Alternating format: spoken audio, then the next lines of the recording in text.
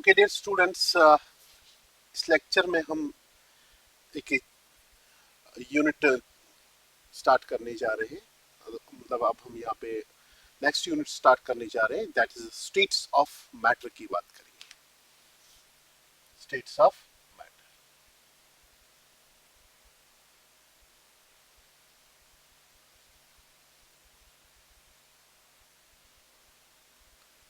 States of matter.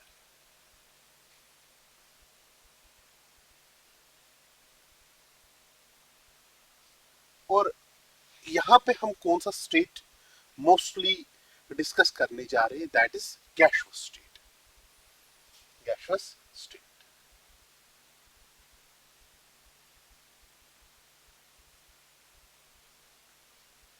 Gaseous state discuss करने जा रहे हैं। ओके, तो पहले हम क्या करेंगे, इसका इंट्रोडक्शन पार्ट लेंगे। What we take first of all, introduction part, that is states of matter.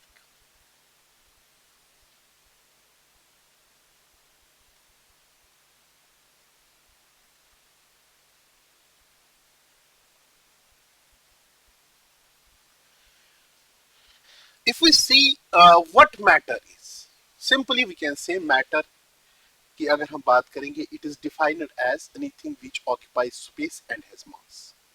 अगर हम matter की बात करेंगे, matter हम बोलते हैं anything which occupies space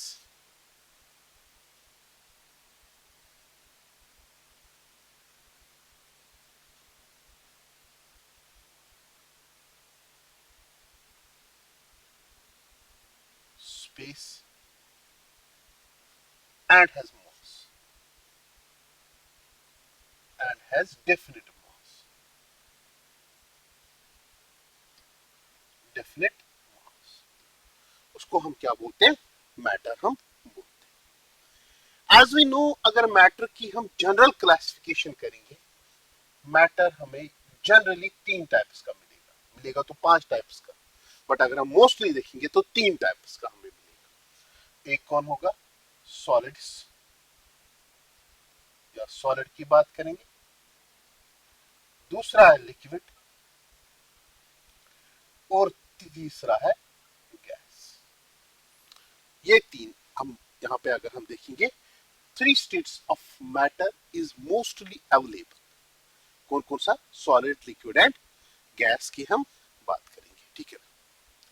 but कभी हम बोलते हैं कि कोई मैटर सॉलिड में होता है, कभी मैटर लिक्विड में होता है, या कभी मैटर के स्टेट में होता है, गैसियस स्टेट में होता है। व्हाई, ये क्यों होता है, कभी मैटर लिक्विड स्टेट में, कभी matter that is gaseous state में, कभी मैटर किस स्टेट में होता है, लिक्विड स्टेट में होता है, ठीक है। तो अगर हम बोलेंगे मैटर अगर एग्जिस्ट करता है इन 3 स्टेट्स में, why it exists in these 3 states, either solid, either liquid, or in gaseous states. Is there any condition depending upon on which uh, this matter is classified into solids, liquids, and gases? Yes, there is some conditions. The greater or the main conditions which or on which we can say matter is classified into solids, liquids, and gases are pressure and temperature. What we can say, that is, if 3 states of matter classify करते हैं तो 2 चीजें पे सबसे ज्यादा depend है, एक किस पे, प्रेशर पे, और दूसरा टेम्परेचर पे। दीज आर द 2 थिंग्स, ठीक है ना। तो हमें यहाँ पे अगर हम देखेंगे, we get 3 states of matter, 3 states of matter, that is solid, liquid, and gas. Solid, liquids, and gas. And this solid, liquid, and gas are classified only because of some conditions. One is temperature,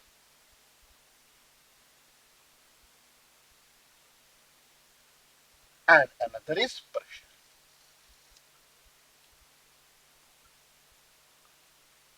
एक temperature और दूसरा क्या है, pressure. क्योंकि obviously हम जानते हैं अगर वाटर की बात करेंगे हम, वाटर जो लिक्विड स्टेट में होता है, अगर हम उसको क्या करेंगे, टेम्परेचर इंक्रीज करेंगे, it will go into vapour state, and vapour state क्या होता है, गैसियस स्टेट। या सिंपली अगर हम देखेंगे आइस की बात करेंगे, वो भी वाटर ही है।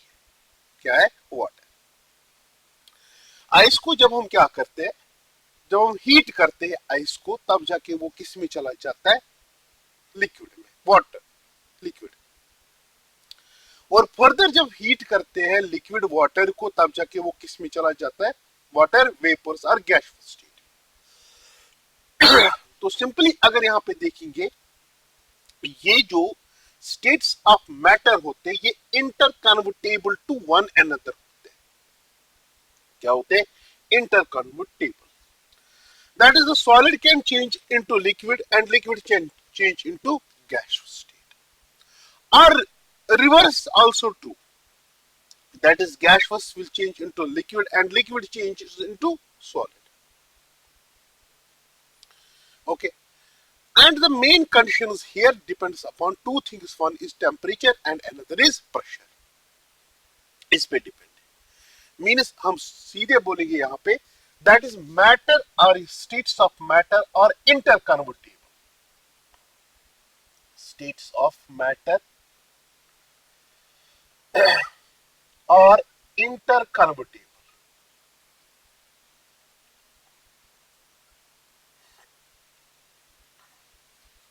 Interconvertible to one another. That is, solids will change into liquid, liquid to gas, and gas in return will change to solid. Gas will in return change to solid. Okay. So simply we can say one phase of matter will change from or change to another phase. That is, solid will change to liquid, liquid will change to gaseous state, or gaseous state will change to liquid state back, and liquid state will change into solid state back. ठीक है, यहाँ पे हम ये बता सकते हैं। ठीक है, सिंपली अगर हम यहाँ पे बोलेंगे, अगर आइस की बात करेंगे, किसकी, आइस की बात करेंगे, आइस को अगर हम हीट करते हैं तो ये क्या बन जाता है, मीन्स वाटर, ये भी वाटर ही, H2O ये भी है। यहां पे अगर ये बन जाता है, क्या बनता है, लिक्विड वाटर। ओके, वो भी क्या है, H2O। अगर और हीट करेंगे, सपोज हम 100 डिग्री सेंटीग्रेड टेम्परेचर देंगे, तो ये किस में जाएगा, वाटर वेपर्स में जाएगा। किस में जाएगा, वाटर वेपर्स। तो अगर यहाँ पे ये बताएंगे ये कौन सा स्टेट है, सॉलिड। अब यहाँ पे अगर हम देखेंगे ये कौन सा है, लिक्विड स्टेट। ओके, ऑब्वियसली बात। और ये कौन सा स्टेट है, गैसियस स्टेट। रिवर्स भी ट्रू है। अगर यहाँ पे हम क्या करते हैं, 100 डिग्री सेंटीग्रेड टेम्परेचर देते हैं, ठीक है, अगर हम क्या करेंगे, मीन्स टेम्परेचर घटाएंगे, टेम्परेचर कम करेंगे। अगर हम यहाँ पे क्या करेंगे, टेम्परेचर कम करेंगे, जब हम टेम्परेचर करेंगे कम, तब जाके क्या होगा, वाटर वेपर्स किस में चले जाएंगे, लिक्विड वाटर। अगर उसके बाद भी हमने और कम टेम्परेचर किया, ओके, जो लिक्विड वाटर प्रेजेंट होता है, कम करके करके टेम्परेचर अगर हम 0 डिग्री सेंटीग्रेड पे पहुंच गए, तब जाके वो किस में चला जाएगा, आइस में चला जाएगा। So there occurs phase conversion, there occurs phase conversion. ठीक है ना, फेज कन्वर्जन दो ही तरीके से हो सकता है, इधर you increase or decrease the temperature or you increase or decreasing the pressure। ये दो तरीके हैं यहाँ पे। ठीक है, मगर इन प्रोसेस में जब फेज कन्वर्जन होता है, फेज कन्वर्जन क्या होता है, फेज कन्वर्जन, फेज कन्वर्जन में ये होता है, अगर हम एनर्जी की बात करेंगे, एनर्जी या एब्जॉर्ब होती है, क्या होती है, एब्जॉर्ब, या इवॉल्व होती है, या एब्जॉर्ब होती है एनर्जी, या क्या होती है, इवॉल्व एनर्जी। इन दो तरीके से फेज ट्रांसफर होते हैं, from one phase two another phase की हम बात करेंगे। That is very important. तो फेज ट्रांसफर यहाँ पे हो सकता है, ठीक है। अब रही बात यहाँ पे, अगर हम यही बात करेंगे यहाँ पे, अगर सपोज हमारे पास ये लिक्विड स्टेट, ये लिक्विड, ये सॉलिड में भी जाएगा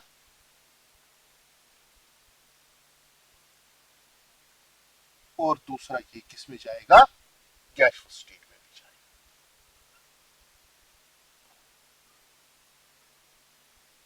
और इन टर्न यहां पे सॉलिड गैसियस में भी डायरेक्टली जा सकता है, ठीक है। तो ये आपस में क्या है, रिवर्सिबल। क्या है, रिवर्सिबल। मींस लिक्विड गैस में जा सकता है और गैस लिक्विड में भी आ सकता है, या लिक्विड सॉलिड में जाएगा या सॉलिड लिक्विड में जाएगा, या सॉलिड डायरेक्टली किस में जाएगा, गैसियस स्टेट में भी जा सकता है, ठीक है। अगर सपोज सॉलिड डायरेक्टली चेंज होगा गैसियस स्टेट में, मींस सॉलिड डायरेक्टली चेंज क्या होगा, गैसियस स्टेट, ये प्रोसेस, तब जाके हम उस फिनोमेनन को क्या बोलते हैं, सब्लिमेशन।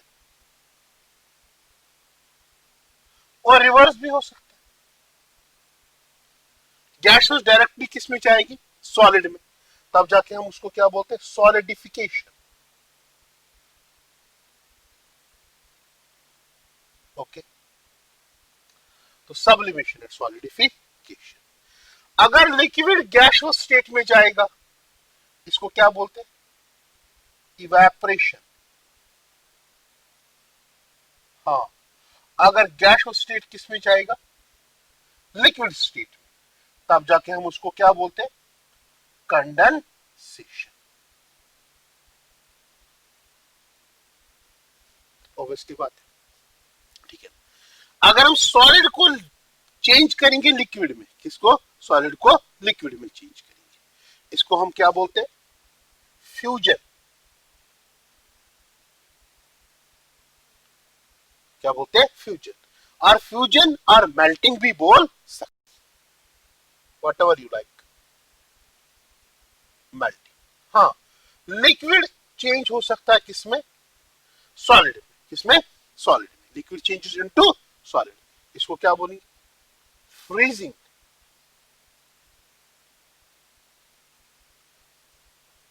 क्या बोलेंगे इसको, फ्रीजिंग। तो ये फिनोमेनन है फेज ट्रांसफर के। यहां पे अगर हम देखेंगे, लिक्विड फेज जाएगा गैसियस फेज में और गैसियस फेज लिक्विड फेज में भी आ सकता है, सॉलिड जाएगा गैसियस में और गैसियस लिक्विड सॉलिड में आ सकता है, और सॉलिड जाएगा लिक्विड में, लिक्विड तो सॉलिड में भी आएगा। So there are phase transition और फेज ट्रांसफर होता है यहाँ पे, फेज ट्रांसफर। ओके, ये रही एक बात। अब दूसरी बात, जो हम सॉलिड कहते हैं, लिक्विड कहते हैं और गैसियस स्टेट बोलते हैं, सॉलिड, लिक्विड और गैसियस स्टेट एक्चुअली होते क्या है, क्यों है ये, सॉलिड क्यों होता है, लिक्विड क्यों होता है और गैसियस स्टेट क्यों होता है। हमने ये बात कही कि यहाँ पे ट्रांसफर कर सकते हैं, दूसरा है कि होते ही क्यों है, उनमें क्या ऐसा होता है। अगर हम देखेंगे यहाँ पे, किसी भी मैटर की प्रॉपर्टी को हम ले, किसी भी मैटर की प्रॉपर्टी, चाहे वो सॉलिड हो, चाहे वो लिक्विड हो, चाहे वो गैसियस स्टेट, कोई भी, मीन्स यहां पे अगर हम मैटर की बात करेंगे, चाहे सॉलिड है, चाहे लिक्विड है, चाहे गैसियस स्टेट, ठीक है, हर किसी में क्या होते, एटम्स, आयंस और मॉलिक्यूल्स, जिनको क्या हम बोलते हैं, पार्टिकल्स बोलते हैं। क्या हम बोलते हैं, सिंपली इनको पार्टिकल्स बोलते हैं। मींस एटम्स, आयंस और मॉलिक्यूल्स होंगे, जिनको हम क्या बोलते हैं, पार्टिकल्स बोलते हैं। अब देखो, अगर किसी भी स्टेट ऑफ मैटर की हम प्रॉपर्टी लेंगे, क्या लेंगे, प्रॉपर्टी, किसी भी स्टेट ऑफ मैटर, चाहे वो सॉलिड हो, चाहे वो लिक्विड हो, चाहे वो गैसियस स्टेट की बात करेंगे, ठीक है ना। केमिकल प्रॉपर्टीज इंडिविजुअल प्रॉपर्टीज होती है। क्या होती है, केमिकल प्रॉपर्टीज क्या होंगे, इंडिविजुअल प्रॉपर्टीज। बट यहां पे अगर हम देखेंगे, जो हम प्रॉपर्टीज मेनली लेते हैं, जो मेन प्रॉपर्टीज लेते या ऑब्जर्वेबल प्रॉपर्टीज लेते, वो कभी भी हम क्या कर सकते हैं कि इंडिविजुअल नहीं ले सकते हैं, वो हमेशा क्या होंगे, बल्क में होंगे। क्या होंगे, बल्क में होंगे। तो अगर यहां पे देखेंगे जो ऑब्जर्वेबल प्रॉपर्टीज होंगे, ऑब्जर्वेबल प्रॉपर्टीज, जैसे हम कहते हैं मेल्टिंग पॉइंट, हम कहते हैं बॉइलिंग पॉइंट, हम कहते हैं डेंसिटी, क्या बोलते हैं, density, these are observable properties. ये हमें कभी भी एक स्टेट ऑफ मैटर की इंडिविजुअली एटम या आयन और मॉलिक्यूल की नहीं ले सकते। ये हमेशा क्या हम ले सकते, उसके बल्क में, मींस अगर 1 मोल का हम ले, 1 मोल में कितने एटम्स होंगे, 6.023 इंटू 10⁻23 एटम्स। और हम बोलेंगे कि 1 mole molecule, that is 6.023 into 10⁻23 molecules हम लेंगे, या हम 10 मोल्स लेंगे, या 12 मोल्स लेंगे, या 20 मोल्स लेंगे, या 100 मोल्स लेंगे। अब देखो उस फेज में, चाहे वो सॉलिड में हो, चाहे वो लिक्विड में हो, चाहे वो गैसियस स्टेट में हो, हम क्या एक एटम की बात करते हैं कि अगर हमें क्या लेना होगा, मेल्टिंग पॉइंट, बॉइलिंग पॉइंट, या हमें डेंसिटी लेनी होगी, या और कोई प्रॉपर्टी अगर हमें लेनी होगी, हम क्या लेते हैं कि उस फेज में या उस स्टेट ऑफ मैटर के जो क्वांटिटी होती है वो क्या हम लेते हैं, हमेशा बल्क में लेते हैं, न कि इंडिविजुअल में हम कभी भी लेते हैं। ठीक है, तो ऑब्जर्वेबल प्रॉपर्टीज क्या होती है, मैटर की जब भी हम लेते हैं, those properties are in bulk होती है। क्या होती है, bulk, these are bulk properties, bulk properties होती है। ठीक है ना, बल्क प्रॉपर्टीज ये होती है। ठीक है ना, it is not the individual property, it is the bulk property of any matter, चाहे वो सॉलिड में हो, चाहे वो लिक्विड में हो, चाहे वो गैसियस स्टेट में। ठीक है ना, जैसे हम क्या करते हैं, वाटर की बात करेंगे, वाटर में हम बोलते हैं कि बॉइलिंग पॉइंट 100 डिग्री सेंटीग्रेड होता है। क्या होता है, 100 डिग्री सेंटीग्रेड उसका बॉइलिंग पॉइंट होता है। अगर आप एक एटम या एक मॉलिक्यूल का बोलोगे कि उसका बॉइलिंग पॉइंट, आप निकाल नहीं सकते, you can't determine at that. जब क्या होता है कि ये वाटर कंबाइंड स्टेट में होता है, या हम बोलेंगे कि जब बल्क में वाटर मॉलिक्यूल्स प्रेजेंट होते, तभी जाके हम बोलते हैं कि इस वाटर का कितना बॉइलिंग पॉइंट है, 100 डिग्री सेंटीग्रेड उसका बॉइलिंग पॉइंट। आपको कोई बोलेगा एक मॉलिक्यूल का बॉइलिंग पॉइंट ऑफ, एक मॉलिक्यूल ऑफ वाटर का boiling point, we can't determine that.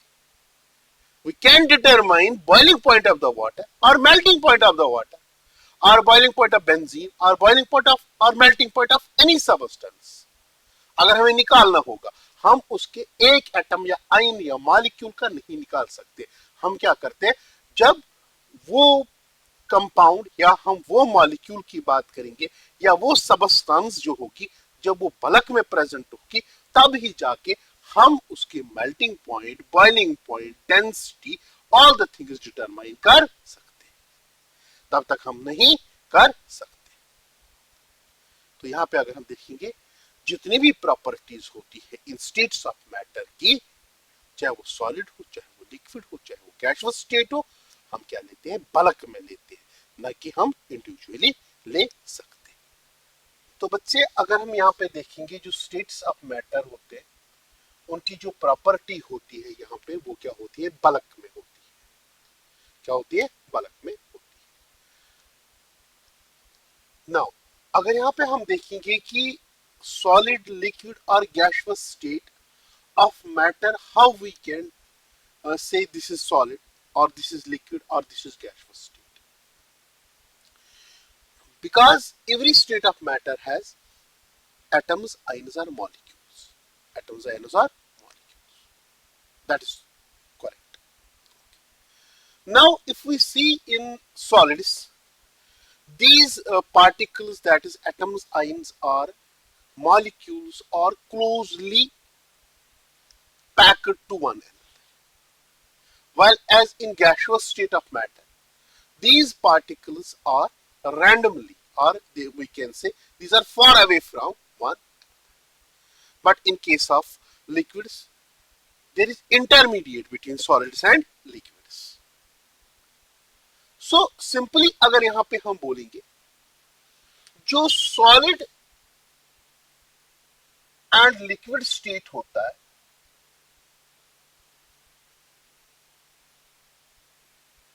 इसको कभी कभी हम क्या बोलते हैं कंडेंस्ड स्टेट्स भी बोलते हैं। कंडेंस्ड स्टेट्स क्यों हम बोलते हैं इसको, क्योंकि यहां पे अगर हम देखेंगे जो पार्टिकल्स होते हैं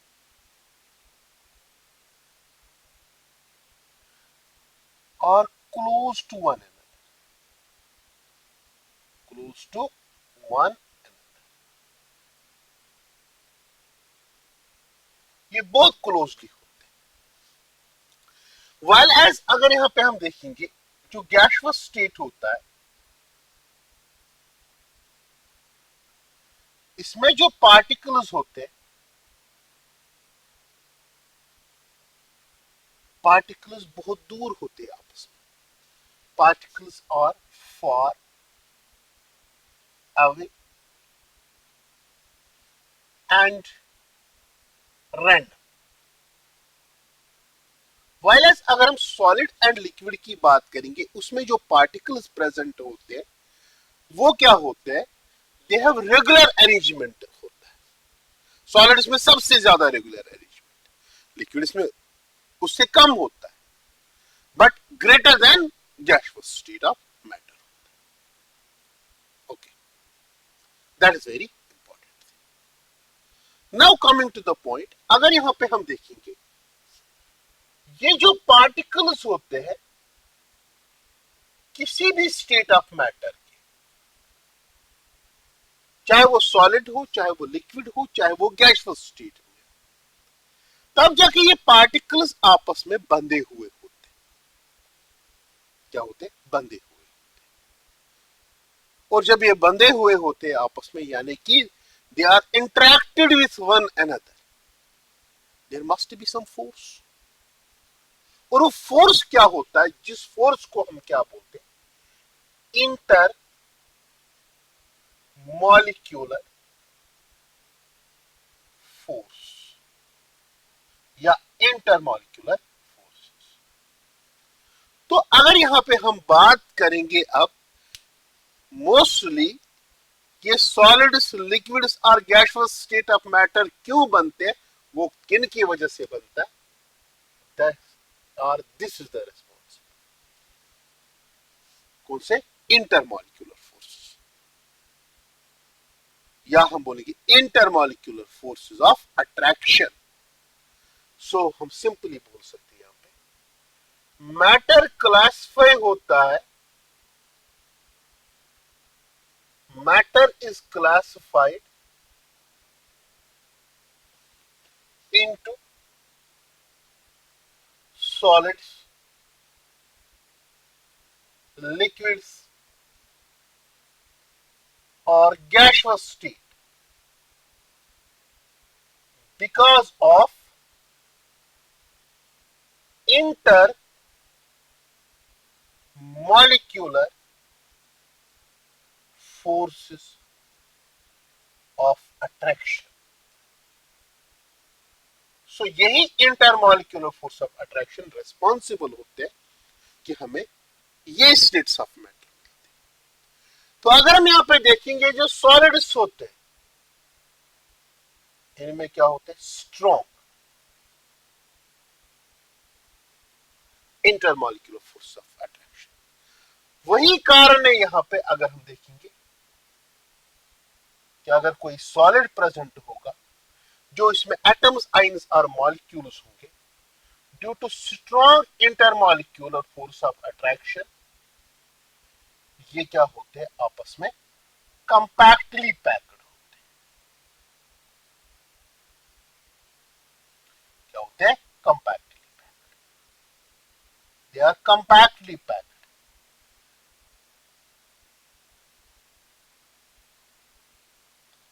They कंपैक्टली पैक्ड, और ये क्या बनाता है, सॉलिड। वरएज अगर हम लिक्विड की बात करेंगे, सपोज यहाँ गैसियस स्टेट की बात करेंगे, उसमें सबसे कम इंटरमॉलिक्यूलर फोर्सेस देखे जाएंगे। क्या देखे जाएंगे, सबसे कम इंटरमॉलिक्यूलर फोर्सेस, किसमें, गैसियस स्टेट में। तो अगर हम गैसियस स्टेट में देखेंगे, किस स्टेट में, गैसियस स्टेट, गैसियस स्टेट में very less intermolecular forces, intermolecular force. Whereas अगर हम लिक्विड की बात करेंगे, लिक्विड क्या आएगा, in between, that is the molecular force और द इंटरमॉलिक्यूलर फोर्स और in between that of solids and liquids. ठीक है, इसको हम ग्राफिकली भी रिप्रेजेंट कर सकते हैं। दूसरा स्टेट अगर हम यहां पे देखेंगे, कौन सा स्टेट, लिक्विड स्टेट, ये सॉलिड था, ये कौन सा, लिक्विड स्टेट। लिक्विड स्टेट में क्या होंगे, इंटरमॉलिक्यूलर फोर्स इतने ज्यादा स्ट्रांग नहीं होंगे। इस कारण जो एटम्स, आयन्स और मॉलिक्यूल्स होंगे, यहां पे जिनको हम बोलते हैं कांस्टेंट पार्टिकल्स जो होंगे, मींस ये इतने करीब नहीं होंगे जितने की किस में होते हैं, सॉलिड्स के केस में। सॉलिड्स में कंपैक्टली होते, वेल एज लिक्विड्स में कंपैक्टली नहीं होते। अब तीसरी बात रही किसकी, गैसियस स्टेट की। ये गैसियस स्टेट अगर गैसेस, यहां पे क्या होते हैं, बहुत कम इंटरमॉलिक्यूलर फोर्सेस ऑफ अट्रैक्शन होते हैं, इसलिए ये पार्टिकल्स को आपस में मींस कंडेंस्ड स्टेट में नहीं रखता है। इसी कारण ये होता है कि जो सॉलिड्स एंड लिक्विड्स होते हैं, इनको हम क्या बोलते हैं, कंडेंस्ड स्टेट्स भी बोलते हैं, और इनमें डेंसिटी भी ज्यादा होती है as compared to gaseous state, और गैसेस से ज्यादा क्या होती है, यहां पे डेंसिटी ज्यादा होती है। ओके, अब देखिए ये इंटरमॉलिक्यूलर फोर्सेस हम क्यों बोलते हैं कि सॉलिड्स में ज्यादा है, लिक्विड्स में कम है और गैसेस में सबसे कम। कुछ ऐसी एग्जांपल हम देंगे या कुछ ऐसे फिनोमेनन से या फिजिकल फिनोमेनन से हम समझ सकते हैं इसको। ठीक है, वो फिजिकल फिनोमेनन कौन सा है, हम बोलते हैं कौन सा, melting and boiling point. Melting and boiling point. अगर हम यहां पे देखेंगे, सॉलिड्स की बात करेंगे, सॉलिड्स में mostly melting and boiling point क्या होता है, हाई होता है, क्योंकि वहां पे जो पार्टिकल्स होते हैं वो आपस में बहुत करीब होते हैं, और हमें इसलिए ज्यादा एनर्जी देनी पड़ती है कि उन पार्टिकल्स को क्या करें, दूर दूर करें, क्या करें, दूर दूर करें, यानी कि सेपरेट फ्रॉम वन अनदर। उसी फोर्स को हमें यहां पे ब्रेक करना पड़ता है, इसलिए हमें क्या देना पड़ता है, बाहर से एनर्जी यानी कि हीट ज्यादा देनी पड़ती है, इसलिए वहां पे मेल्टिंग पॉइंट और बॉइलिंग पॉइंट क्या होता है, हाई होता है। ठीक है, तो हम बोल सकते हैं यहां पे the force which holds these molecules, the force which holds, force which holds या फोर्स सीधे बोलेंगे विच holds these particles is strong. किसमें, in case of solids, in case of solids, that is why they have high melting and boiling point as compared to gaseous state or as compared to liquid state. But in another way we can also say liquids have high melting and boiling point as compared to gaseous state, because in liquids these intermolecular forces are greater as compared to gaseous state. So हम melting point और boiling point से हम यहाँ पे बोल सकते हैं। Okay, that is very important. Melting point और boiling point से हम यहाँ पे बोल सकते हैं कि ये intermolecular forces क्या होते हैं। That is very very important थी। नाउ अगर यहां पे हम देखेंगे कोई भी स्टेट ऑफ मैटर होगा, चाहे वो सॉलिड हो, चाहे वो लिक्विड हो, चाहे वो गैसियस स्टेट हो, इसमें दो तरीके के फोर्सेस होंगे। मींस अगर यहां पे देखेंगे बिटवीन कॉन्स्टिट्यूएंट पार्टिकल्स, जो ये स्टेट ऑफ मैटर बनाएगा, चाहे वो सॉलिड बनाएगा, चाहे वो लिक्विड बनाएगा, या चाहे वो गैसियस स्टेट बनाएगा, कॉन्स्टिट्यूएंट पार्टिकल्स से यहां पे अगर हम देखेंगे एक फोर्स डेवलप होगा जिसको हम क्या बोलते हैं, intermolecular force of attraction. But molecule के अंदर भी कुछ ना कुछ फोर्सेस प्रेजेंट होते हैं, कुछ ना कुछ फोर्सेस प्रेजेंट होते हैं, उनको क्या हम बोलते हैं, इंट्रामॉलिक्यूलर फोर्सेस। एक एग्जांपल आपको मैं दूं, अगर हम देखते हैं वाटर, वाटर किस स्टेट में होता है, liquid state, you know that. तो अगर हम suppose 1 litre of water, 1 litre of water, 1 litre of water में अगर हम देखेंगे कितने मॉलिक्यूल्स ऑफ वाटर होंगे, तो हम अगर देखेंगे एक मॉलिक्यूल ऑफ वाटर क्या होता है, H2O, we know H, it is O and it is O, H2O. So in this H2O, this oxygen is bonded to this hydrogen and this oxygen is bonded to second hydrogen by which bond, covalent bond, or this is also covalent bond. But as we know, water is liquid, water is liquid. How this is liquid? When these water molecules come close to one another, and between these water molecules there gets developed intermolecular forces. Suppose 1 liter of water is present. In 1 liter there is how many molecules of water? We can calculate it. We can calculate it. Simply we can calculate it. How we can calculate it? If we take 1 liter of water, अगर हम 1 litre of water लेंगे, we know 22.4 liters contains 1 mole, 1 मोल के बराबर। अगर हम 22.4 litres, तो 1 litre में कितना होगा, 1/22.4 इंटू क्या आएगा, 6.023 इंटू 10⁻23 मॉलिक्यूल्स ऑफ वाटर। तो इतने molecules of water 1 litre of water में प्रेजेंट है। इतने molecules of water H2O 1 litre of water में प्रेजेंट है। सो इतने मॉलिक्यूल्स जितने हम यहाँ पे means 1/22.4 into 6.023 into 10⁻23 molecules are present in 1 liter of water. So this amount of molecules are combined together. These are combined together by which forces? That is intermolecular forces. But in turn अगर हम यहाँ पे देखेंगे एक molecule of water में ये oxygen hydrogen के साथ जुड़ा है या ये ऑक्सीजन हाइड्रोजन के साथ जुड़ा है, हम बोलेंगे एक ऑक्सीजन 2 हाइड्रोजन के साथ जुड़ा है। जो इन टर्न वाटर मॉलिक्यूल में फोर्सेस है, जब ये H2O बनता है वो कौन सा है, कोवलेंट बॉन्ड बनता है। क्या बनता है, कोवलेंट बॉन्ड। और इस फोर्स को जो कोवलेंट बॉन्ड यहां पे बनता है उसको हम क्या बोलते हैं, that we call intramolecular force. और जब इंटर्न वाटर मॉलिक्यूल्स आपस में फोर्स ऑफ अट्रैक्शन दिखाते हैं और वो किस में चेंज हो जाता है, लिक्विड में चेंज हो जाता है, तब जाके हम उसको क्या बोलते हैं, इंटरमॉलिक्यूलर फोर्सेस।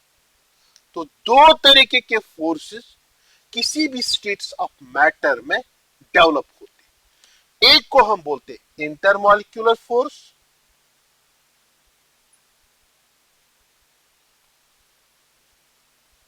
और दूसरा क्या होता है, इंट्रामॉलिक्यूलर फोर्सेस। एक होता है इंटरमॉलिक्यूलर और दूसरा क्या होता है, intramolecular forces of attraction. Inter and intramolecular forces of attraction, ये 2 टाइप्स ऑफ फोर्सेस किसी भी स्टेट ऑफ मैटर में, चाहे वो सॉलिड हो, चाहे वो लिक्विड हो, चाहे वो गैसियस स्टेट हो, ठीक है, एक और एग्जांपल आपको मैं दूंगा। NaCl जनरली क्या होता है, सॉलिड स्टेट में, वी नो दैट।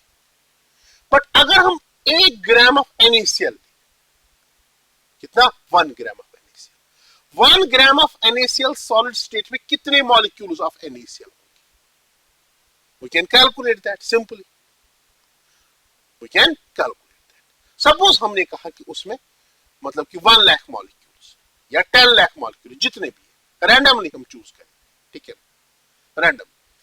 तो हम बोलते हैं इसमें मतलब इनफिनाइट, या हम बोलेंगे कि x नंबर ऑफ मॉलिक्यूल्स उसमें प्रेजेंट है। Okay, so these molecules of NaCl are bound to one another in 1 gram of NaCl by which forces?